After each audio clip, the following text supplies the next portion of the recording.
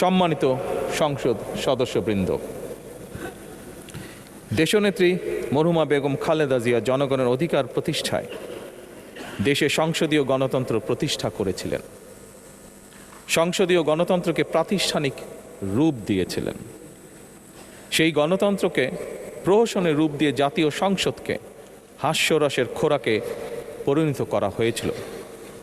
দেশে তাবিদারি শাসন শোষণ কায়েম করা হয়েছিল। দেশে সংসদীয় গণতন্ত্র এবং জনগণের অধিকার পুনঃপ্রতিষ্ঠা করার জন্য দেশনেত্রী বেগম খালেদা জিয়া জীবনের শেষ দিন পর্যন্ত লড়াই করেছেন। জীবনে কখনোই স্বৈরাচার কিংবা ফ্যাসিবাদের সঙ্গে আপোষ করেননি। দেশে আজ থেকে আবারও সেই কাঙ্ক্ষিত সংসদীয় গণতন্ত্রের যাত্রা শুরু হলো, আলহামদুলিল্লাহ।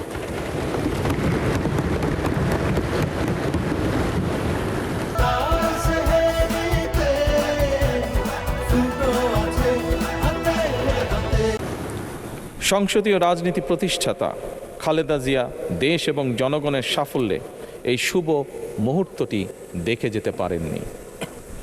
আজ তাই এই জাতীয় সংসদে দাঁড়িয়ে আমরা দেশ এবং জনগণের স্বার্থে আপসীর নেতৃত্ব, ব্যক্তিত্ব, স্মরণীয়, বরণীয়, অনুকরণীয় রাজনীতিবিদ মরহুমা খালেদা জিয়াকে গভীর শ্রদ্ধার সঙ্গে স্মরণ করছি।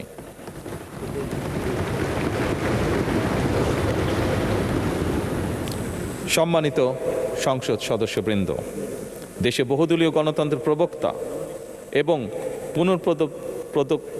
প্রবর্তক, স্বাধীনতার ঘোষক শহীদ প্রেসিডেন্ট জিয়াউর রহমানের একটি উক্তির কথা আপনাদের সামনে আমি স্মরণ করতে চাই। তিনি বলেছিলেন, জনগণই যদি রাজনৈতিক দল হয় তাহলে আমি সেই দলেরই আছি। অর্থাৎ ব্যক্তি কিংবা দলের স্বার্থ নয়, জনগণের স্বার্থই সবচাইতে বড়। এটাই বিএনপির রাজনীতি।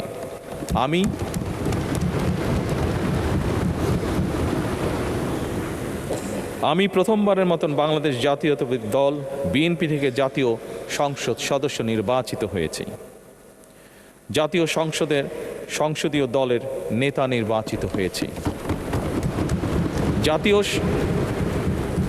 জাতীয় সংসদে দলের প্রতিনিধিত্ব করলেও প্রধানমন্ত্রী হিসাবে আমি এই জাতীয় সংসদে দেশের প্রতিনিধিত্ব করছি।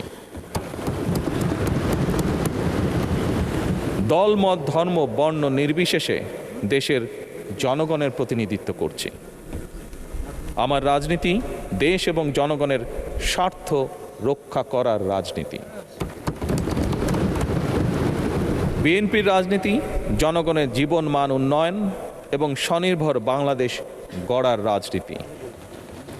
প্রতিটি পরিবারকে স্বনির্ভর করাই আমাদের রাজনীতির লক্ষ্য। প্রতিটি পরিবারকে স্বনির্ভর করার মাধ্যমেই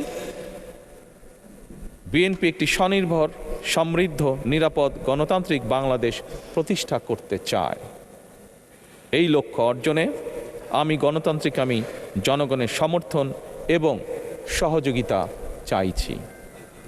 এই মহান জাতীয় সংসদে সকল দলের নির্বাচিত প্রতিজন সংসদ সদস্যের সমর্থন এবং সহযোগিতা আশা করছি।